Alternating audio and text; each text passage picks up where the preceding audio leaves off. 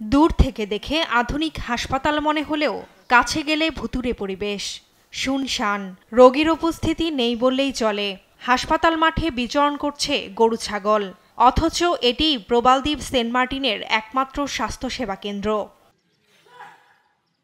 দ্বীপের মানুষের স্বাস্থ্যসেবার জন্য ২০০২ সালে বিএনপির তৎকালীন প্রথম যুগ্ম মহাসচিব তারেক রহমান এই হাসপাতালটি উদ্বোধন করেন। সাথে ছিলেন সে সময়ের যোগাযোগ প্রতিমন্ত্রী সালাউদ্দিন আহমদ। ১০ শয্যার এই হাসপাতালটি বর্তমানে কাগজে কলমে ২০ শয্যার হলেও প্রতিষ্ঠার ২ দশক পরও বেহাল। চিকিৎসক, নার্স, ল্যাব টেকনিশিয়ান সহ জনবলের তীব্র সংকট।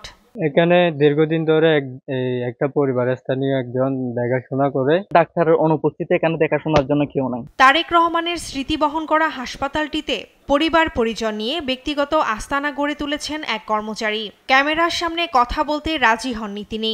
কারণ সে আওয়ামী লীগ করলে তো আমি তার দখলদার পাবো না, সে চাকরিজীবী, দীর্ঘদিন সরকারি চাকরিতে আছেন, এই হিসাবে ব্যবহার করতেছে। আওয়ামী লীগের আমলে কোনো চিকিৎসা হয় নাই, আর টেকনাফে চলে যেতে হয়। একজকে ট্রলারে বাচ্চা, তাহলে বাচ্চা মরে যায়, তাহলে বাচ্চার মা মরে যায়। বর্ষাকালে প্রায়ই টেকনাফের সঙ্গে সেন্ট মার্টিনের যোগাযোগ বিচ্ছিন্ন থাকে।